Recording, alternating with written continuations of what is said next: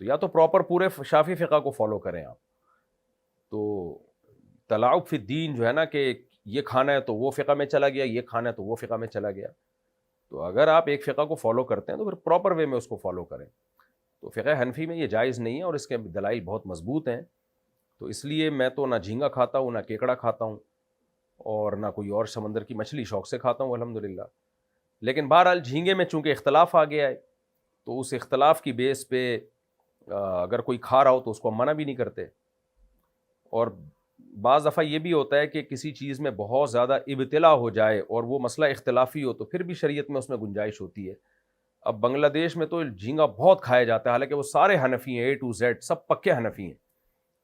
تو خود فقہ حنفی میں یہی ہے کہ اگر کسی چیز میں ابتلا بہت زیادہ ہو گیا اور وہ بالاتفاق حرام نہیں ہے تو اس میں بھی گنجائش نکل آتی ہے.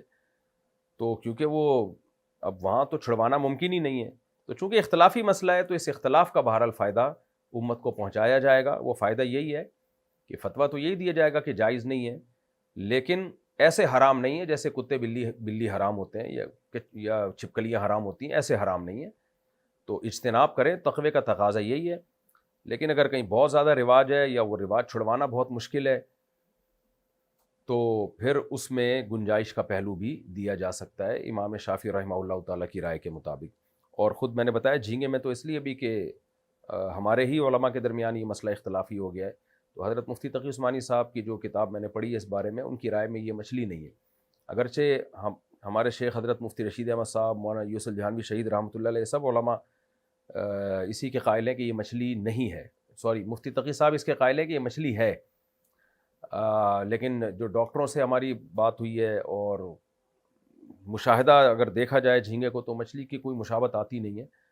تو اس لیے ہماری رائے میں تو یہی ہے کہ یہ مچھلی نہیں ہے, لہذا جائز نہیں ہے.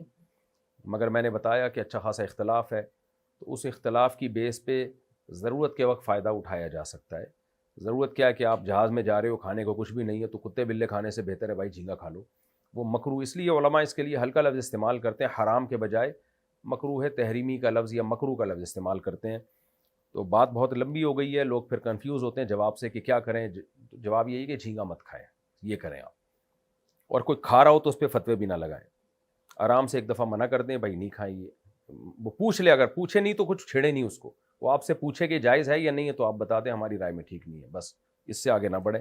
نوالا اس کے منہ سے نہ نکالے. ہاں, کتا نہ کھانے دیں کسی کو اپنے سامنے بٹھا کے.